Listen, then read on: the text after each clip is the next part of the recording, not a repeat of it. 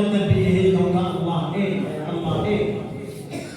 نبی صلی اللہ علیہ وسلم کے غلام ہیں، غلام بلال حبشی ہیں، جن کے ہونٹ کالے، جن کے ہونٹ لٹے ہوئے، جن کے بال گھمر والے، جن کی شکل و صورت بھی اتنی انداز میں خوبصورت نہیں ہے، لیکن جناب نبی پاک صلی اللہ علیہ وسلم کے اوپر فدا ہے، اس قدر فدا ہے کہ مکے کی گلیوں میں آپ کو لٹایا جاتا ہے، گرم ریت کے اوپر آپ کو لٹایا جاتا ہے، گرم گرم پتھر آپ کے اوپر رکھا جاتا ہے، چٹانیں رکھی جاتی ہیں، اور ہمارے اپنے خالق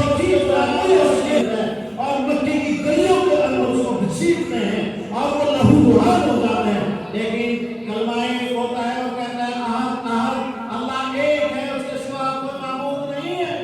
اور تم میرے چیتھڑے اکھاڑ دو گے، تم مجھے کھولتے ہوئے تیل کے اندر ڈال دو گے، تم مجھے چکی کے پانوں کے اندر پیس دو گے، تو میں تب بھی یہی کہوں گا اللہ ایک ہے، اللہ ایک ہے۔ پھر اللہ تبارک و تعالیٰ نے کیا مقام عطا فرمایا بلال حبشی رضی اللہ تعالیٰ عنہ کا، وہ مقام عطا فرمایا کہ جناب سیدنا حضرت بلال حبشی رضی اللہ تعالیٰ عنہ زمین کے اوپر چل رہے ہیں، جناب نبی پاک صلی اللہ علیہ وسلم کے آیات کی رات میں اللہ تبارک و تعالیٰ نے بلایا مہمان کے لیے عرش پر چل رہے ہیں، اور وہاں پر بلال حبشی کے جوتوں کی آوازوں کو سن رہے ہیں۔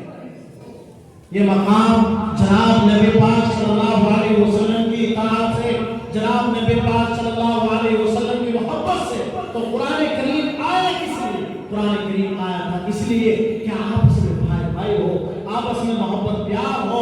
آپ دیکھیں